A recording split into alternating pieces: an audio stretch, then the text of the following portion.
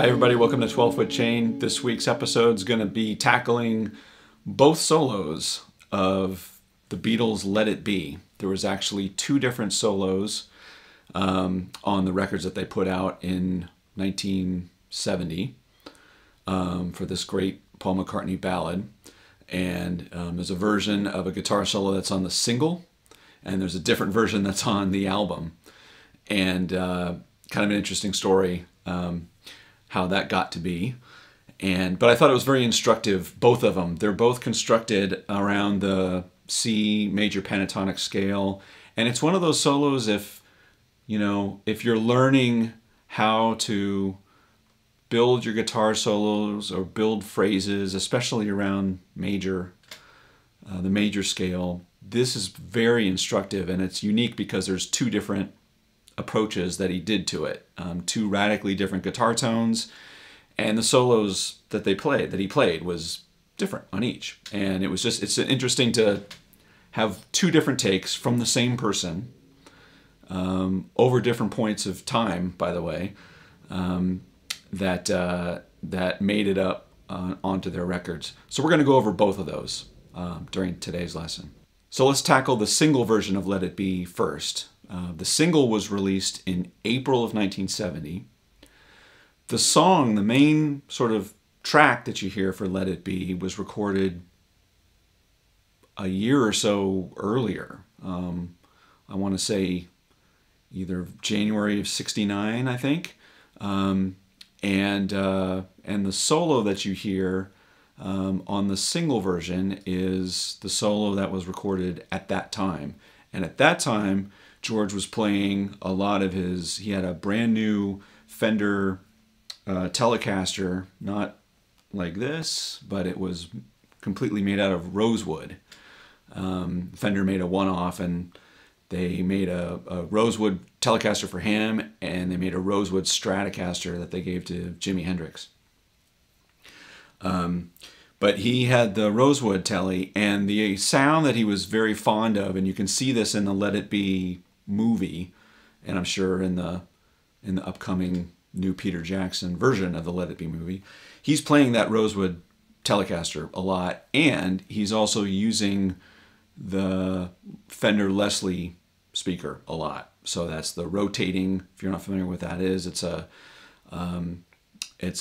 speaker cabinet that's got a rotating speaker in it, and it gives a very unique sound to it. It was originally played by organ players, but the Beatles and others quickly adapted it and played guitars and put voices through it and everything. It's just a unique thing, and it creates a great sound. So the single version has that sound. He's playing a Rosewood Telecaster through a Leslie speaker, and I believe it's probably the Fender version of the Leslie speaker. I'm not positive about that, but all right, and it sounds like this. So you can hear that warbly sound that's going on that.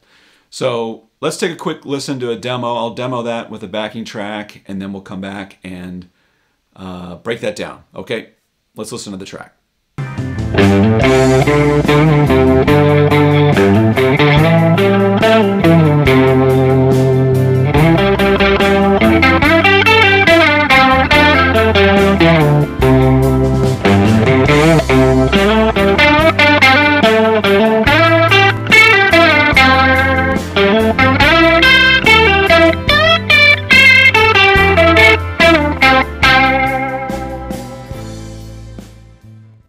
Okay, so you just heard that example against the backing track.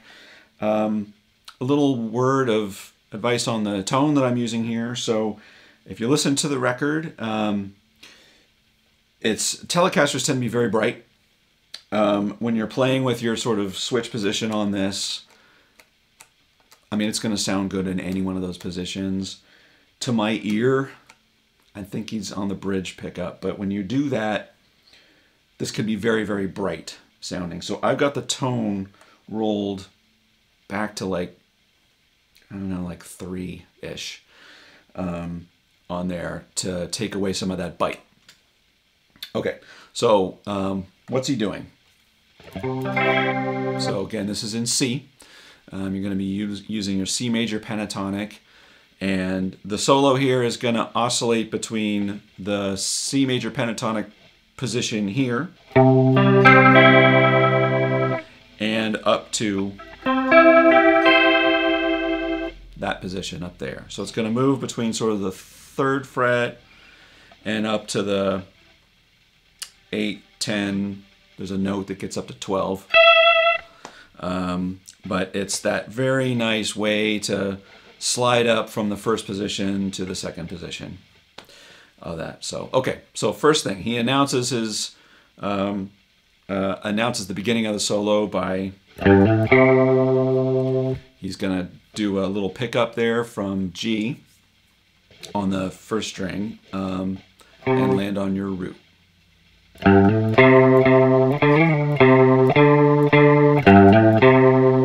That's the first little phrase there. Sometimes I slide it up, sometimes I bend it up. Either way is all good. I think he probably bent it. So you're going to start with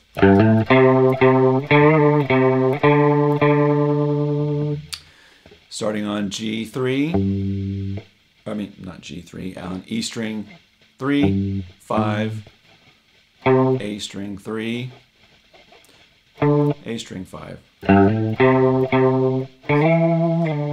Bending up from 5 to 7. Or sliding up to 7. Second part.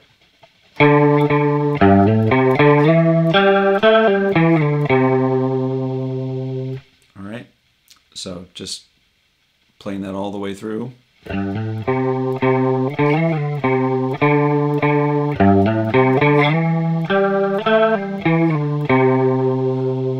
All of that is C major scale pentatonic. Very, very clean.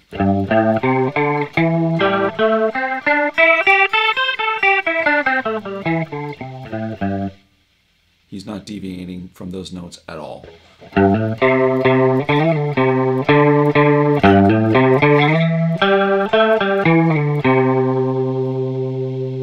Ends on that C. Next section of the phrase.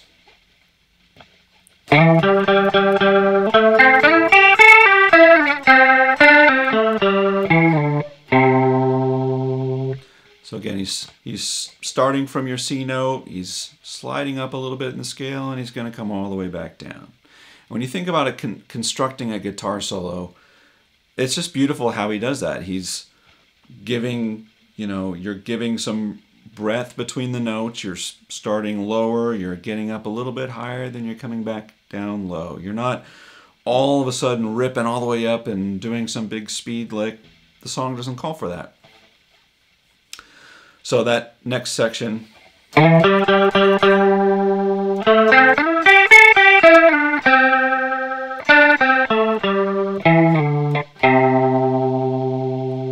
Okay, so now we're going to run through the next phrase. And he's going to play around with bending up strings on this climb.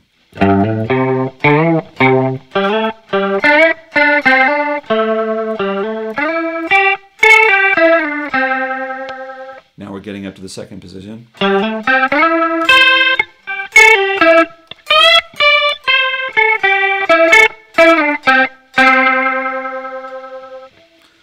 Very plain how he's picking this, but he's just playing very tasty major scale notes, and he's sliding from that first position up to the second position. So let's take that again. So you're still going to announce it from the beginning with doing that, which you did in the very beginning. You can either bend that up or slide it up.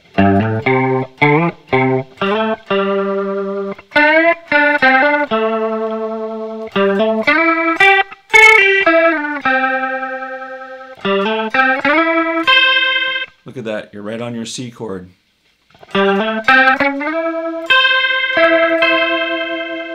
Just like you would make a C chord shape here. Here's your root and your major third. There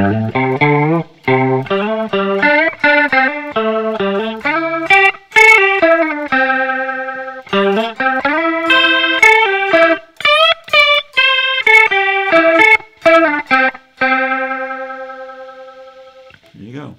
So just like on that first one, he started down here and he ended on C.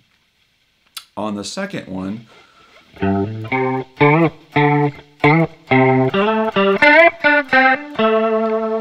so he's going to climb all the way up to that second position, and he's going to come back to C. He's not going to end on the low C, but he's going to end on that next octave.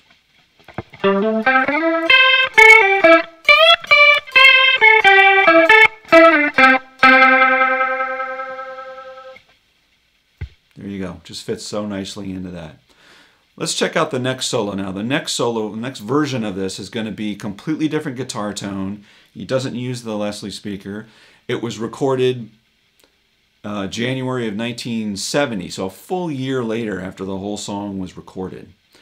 And it was done when they were recording I Me Mine, George Harrison song on Let It Be. And I Me Mine is the last song that they sort of as a group recorded together, though not fully, because John Lennon wasn't there for that session. So on that last session, or those last sessions on I Me Mine, it was just George, Paul, and Ringo on those, and John was on holiday in Denmark or something, and completely different guitar tone for the Let It Be solo that they tracked over there. But if you listen to I Me Mine, the guitar sound that he has on I Me Mine is exactly the guitar sound that he uses on this album version of the Let It Be solo.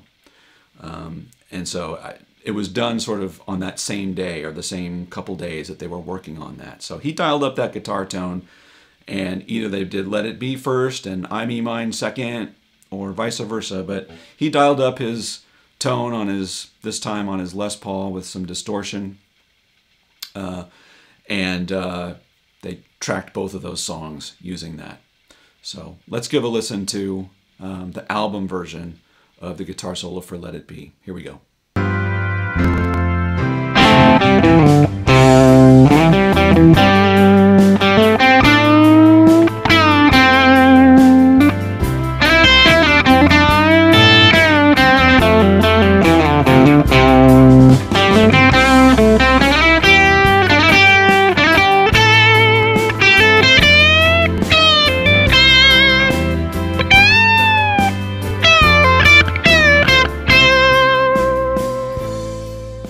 Okay, so that was the album version now of the Let It Be solo. So that was played on his Les Paul Lucy, which is a 57. It was a 57 gold top that was actually refinished at the Gibson factory with that red paint that they used on SG guitars in the 60s. Kind of close to that, but not exactly.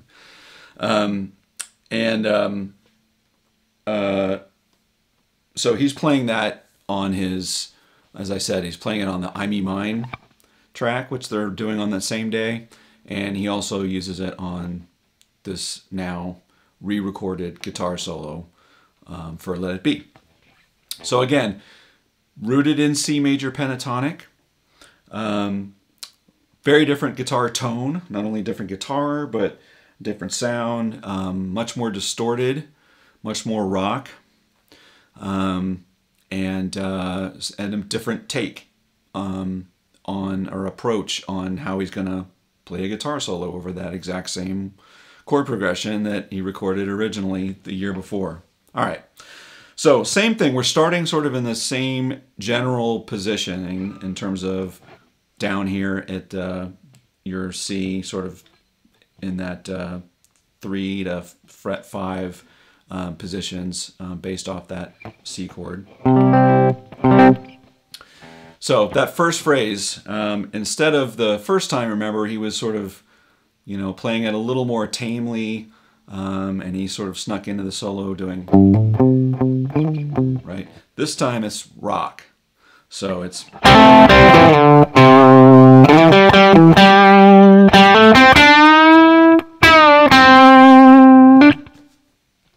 So a lot more distortion, hitting it really hard. Treble pickup, I've got tone rolled off to about 7. And you don't want like super thick distortion. Like I've got a good amount of gain going on here, but I've rolled my volume back to about, I don't know, 8-ish. You don't want like the maximum distortion possible. It sort of sounds like it when you listen to it, but it's really not. So you back it off a little bit. And that's how you get the tone. So that first one again, you're sort of, again, we're on that C major pentatonic.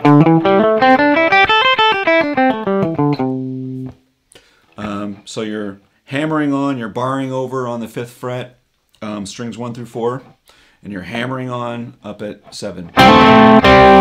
You're sort of hitting that D and your G string together. And then bring it back to the root on your A string. Then you climb back up. Then you do your major bend.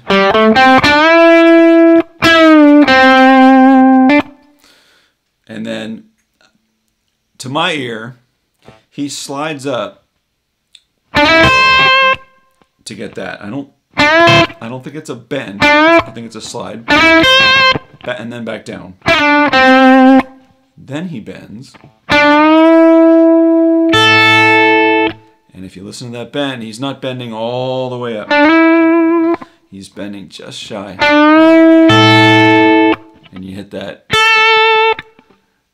A note on 5th fret E string, 1st string. So, all the way from the beginning.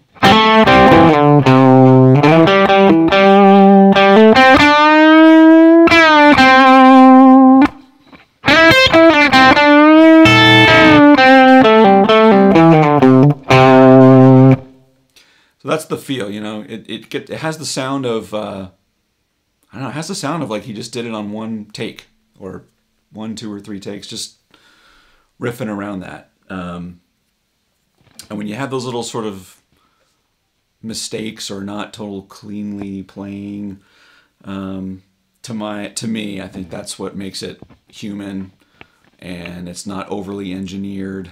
You know, today if somebody played that and they decided to keep that take, they would sort of auto-correct or tone correct that so that it would go all the way up there, but it wouldn't sound the same. So, second part of the solo.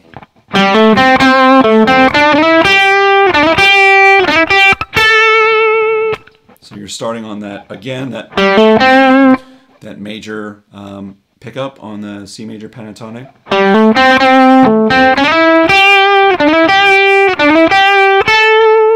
Just like we did on the other solo, we're starting from that position and coming up to this C chord position. So,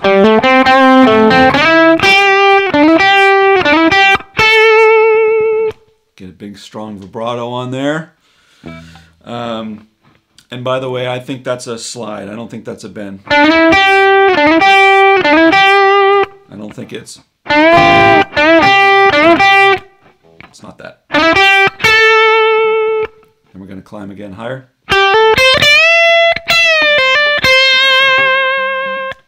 Right?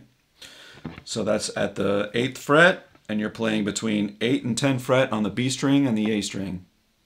8, 10, 8, 10, bend up.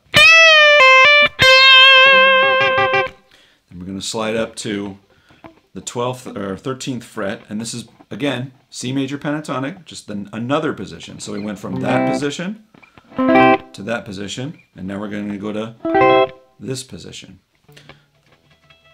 of the C chord.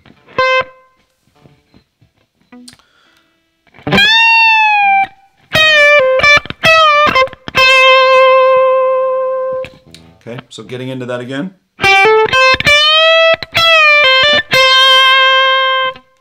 Take a moment to slide up. You're going to slide up and put your index finger on B string 13 and your ring finger on E string 15, because that's part of that C. Right? So you're going to slide up.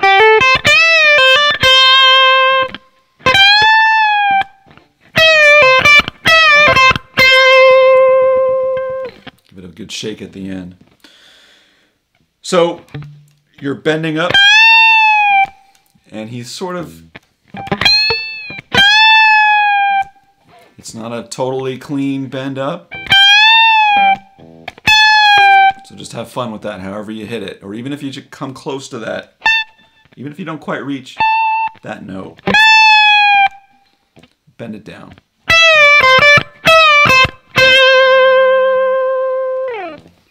Right, so notice all of the ends of the phrases of the solos are coming back to C. It always just resolves back to C. So you're going to start on C, you're going to flutter up somewhere, and then you're going to come right back down to C. And then you're going to start your next phrase. You're going to flutter up, maybe go to the next position, and you come back down to C. And then on your last one, you flutter all the way up, and then back down to C. But that's part of the beauty of this solo, of how it's constructed. Ooh, almost forgot.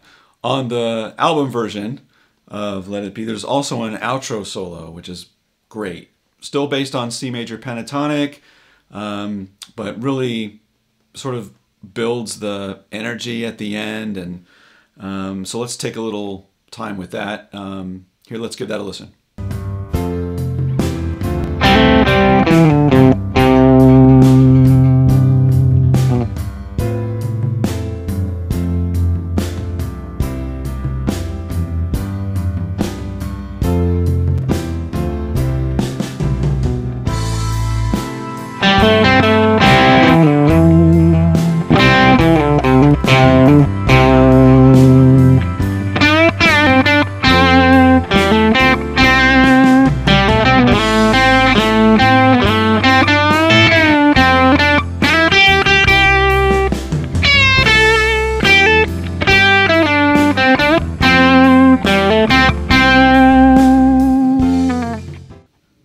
Okay, so he starts his solo, same sort of 5th to 7th fret position. I'm starting just sort of barring my finger to get ready for that first notes.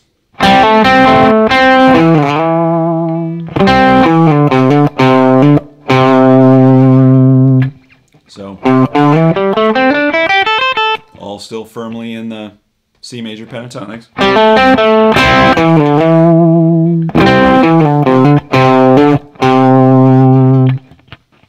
Then he comes up and bends. And then this part,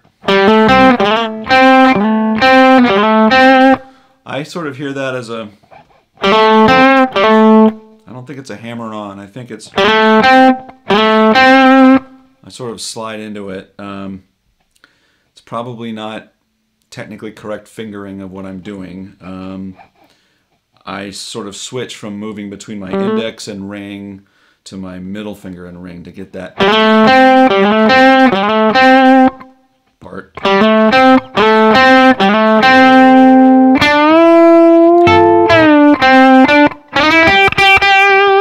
So that's a bend up, just like we did on the guitar solo there.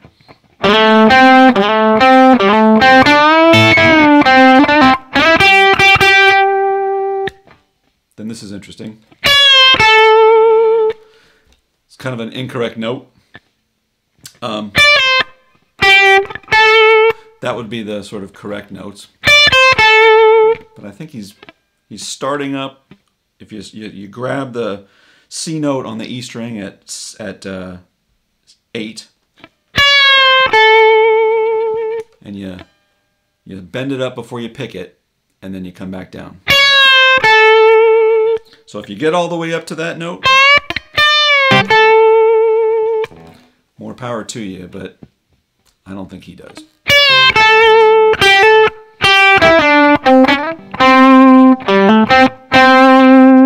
Again, ending on C, right? So there you go. All right, hope you liked this week's episode. These are both versions of Let It Be, the single version and the album version. Which one's your favorite? Do you have a favorite? There's also the Get Back or Let It Be Naked version, which is another Leslie solo version. I haven't done that here. I don't like it as much. But if you want me to do that, let me know and I'll do that. But let us know what you think. If you haven't done so already, give us a subscribe. We're dropping content every single week. I would love to hear from you what song you would like me to take on, and maybe I'll do that next week. And until next time, take care, everybody.